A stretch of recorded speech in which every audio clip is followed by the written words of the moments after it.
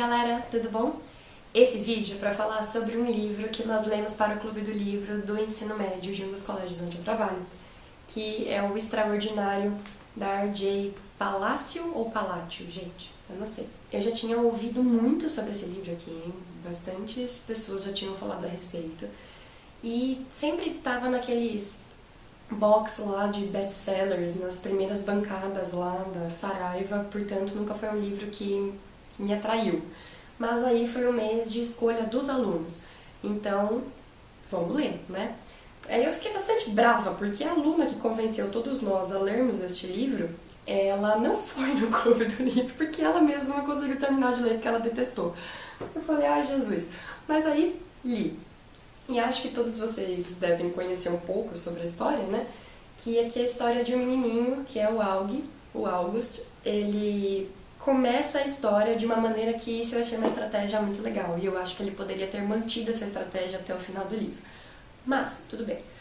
Esse livro aqui vai contar a história desse menino que se apresenta. Então, na primeira parte do livro, numa parte intermediária e na última, é ele que narra, porque depois há capítulos no meio da nossa história em que são outras personagens que estão narrando. Então a gente tem mais de um narrador aqui, tá?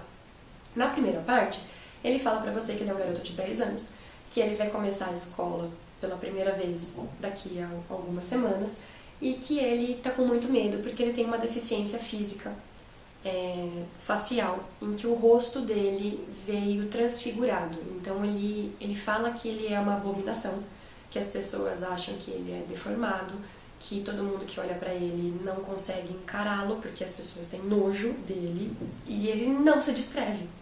Isso eu achei uma estratégia muito bacana, porque essa primeira parte é a maior parte do livro, chega a ser quase um terço do livro. Durante essa parte a gente não sabe como ele é. E você vê a reação das pessoas a ele, tipo os pais, a irmã, aí o primeiro contato com o diretor, com os alunos do colégio, e você vai criando aquilo que é a sua noção de abominável, porque os seus limites e os meus são diferentes.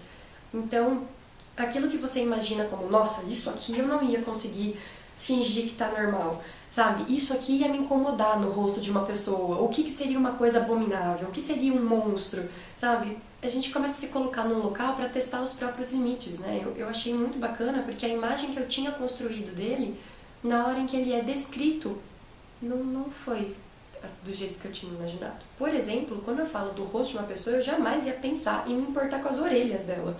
E ele gasta uma página aqui só para descrever as suas orelhas depois. Eu achei isso interessante. Mas aí no meio do livro, a irmã narra a parte dela e descreve o Aug. Então, não queria ter ficado sabendo, tá?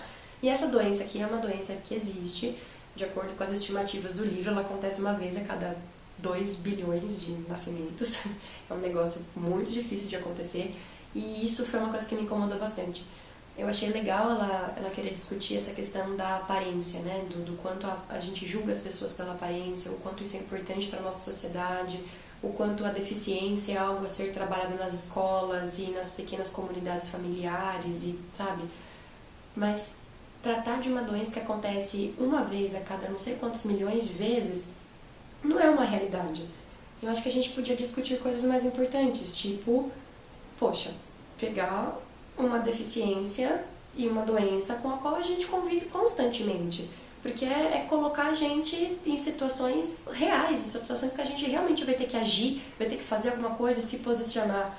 Então a gente tem problemas com cadeirantes, a gente tem problema com surdos, com cegos e com outras deficiências. Não sei nem se a gente pode chamar assim, mas com outros, sabe, transtornos, problemas, situações diárias da escola, diárias da comunidade, e que a gente não aprendeu a lidar ainda com isso. Então, pegar um troço a cada 1 milhão, eu achei que você exagerou e que a gente podia falar de coisas mais próximas da gente.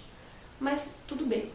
Aí eu achei que essa estratégia de narrar o livro, né, por diversas perspectivas, também ia ser um troço muito legal, quando você sabe variar a linguagem. Porque se é um narrador em primeira pessoa e você tem vários narradores, eles têm um conjunto de vocabulário diferente, construção frasal diferente, personalidades diferentes, jeitos, expressões de falar que são diferentes.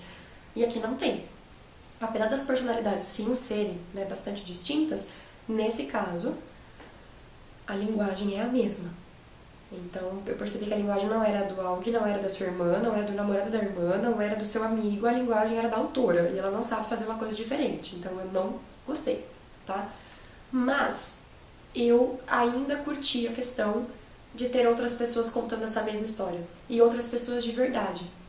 Que nem a irmã chegou na adolescência, ela tá indo pro ensino médio, enquanto ele tá entrando no nosso 6º ano, 5ª série. E ela tá de saco cheio de ser vista como a irmã do menino esquisito. E ela não quer levá-la pro colégio, ela não quer que ele vá numa peça teatral em que ela vai encenar, ela não quer que as pessoas saibam que ela tem um irmão assim. E não é por egoísmo, é uma fase da vida, é a adolescência, aquele maldito momento em que a gente não sabe quem a gente é e nossos hormônios estão tentando gritar mais alto do que o nosso raciocínio. E é aquele momento em que ela precisa se construir. E ela tá revoltada. E agora o irmão não é mais uma criancinha que precisa ser acariciada e pegada no colo a cada 5 minutos. Ela sabe que ele tem que enfrentar a vida dele. E ela quer empurrar os pais, a obrigarem os pais a fazerem isso, parar de protegê-lo, porque senão ele não vai saber lutar sozinho. E ela tem uma perspectiva de raiva, de ciúmes às vezes, de perspectivas honestas. Eu achei legal. Achei bacana um dos meninos que é amigo dele se preocupar e ver como é que a gente passou da parte era uma obrigação, pra depois eu passei a gostar e achei ele um cara bacana, um cara inteligente, mais inteligente do que eu, diga-se de passagem. Então, as coisas que ele vai passando no colégio são muito legais. Mas eu achei coisas muito babacas, tipo, o professor colocando na lousa uma frase motivacional para o mês. Depois pedir para os alunos mandarem cartões postais das férias com as frases que eles aprenderam. Coxinha, achei muito chato. O final do livro é muito chato. O último capítulo eu achei assim, o último trecho, que é o áudio que narra, totalmente desnecessário. Desculpa, mas assim, o próximo passo era ele achar uma namorada, ser feliz, virar um príncipe no cavalo branco e casar. Desculpa, gente, mas vamos com calma. Ele vai ter muita coisa pra passar ainda pela vida dele. Esses grandes finais felizes de vale a pena ver de novo, sabe? De sessão da tarde, não rola assim não, tá? Achei que ela deu uma viajada na maionese, mas acho que o livro ainda dá pra ser lido. Mas não é uma coisa que eu vou ficar indicando. Eu acho que se você leu e você gostou, joia, tem coisas legais que dá pra ser capturada daqui. Se você leu e não gostou, eu concordo com bastante coisa do porquê isso aqui podia ter sido feito de outras maneiras. Mas toda leitura é válida, a gente tem que ler, né? A gente tem que ler pra poder falar o que a gente achou, né? E pelo menos alguma coisa a gente sempre tira de bom da história. E acho que a coisa que eu mais tirei de bom aqui foi uma frase em que ele falou que... E eu fiquei pensando muito nisso.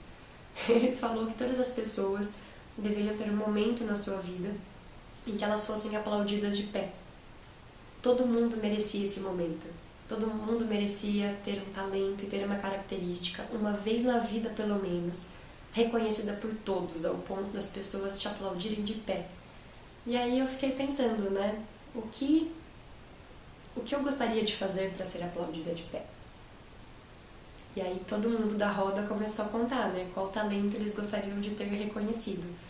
E é essa pergunta que eu deixo para você responder aqui embaixo. Você gostaria de ser aplaudido de pé?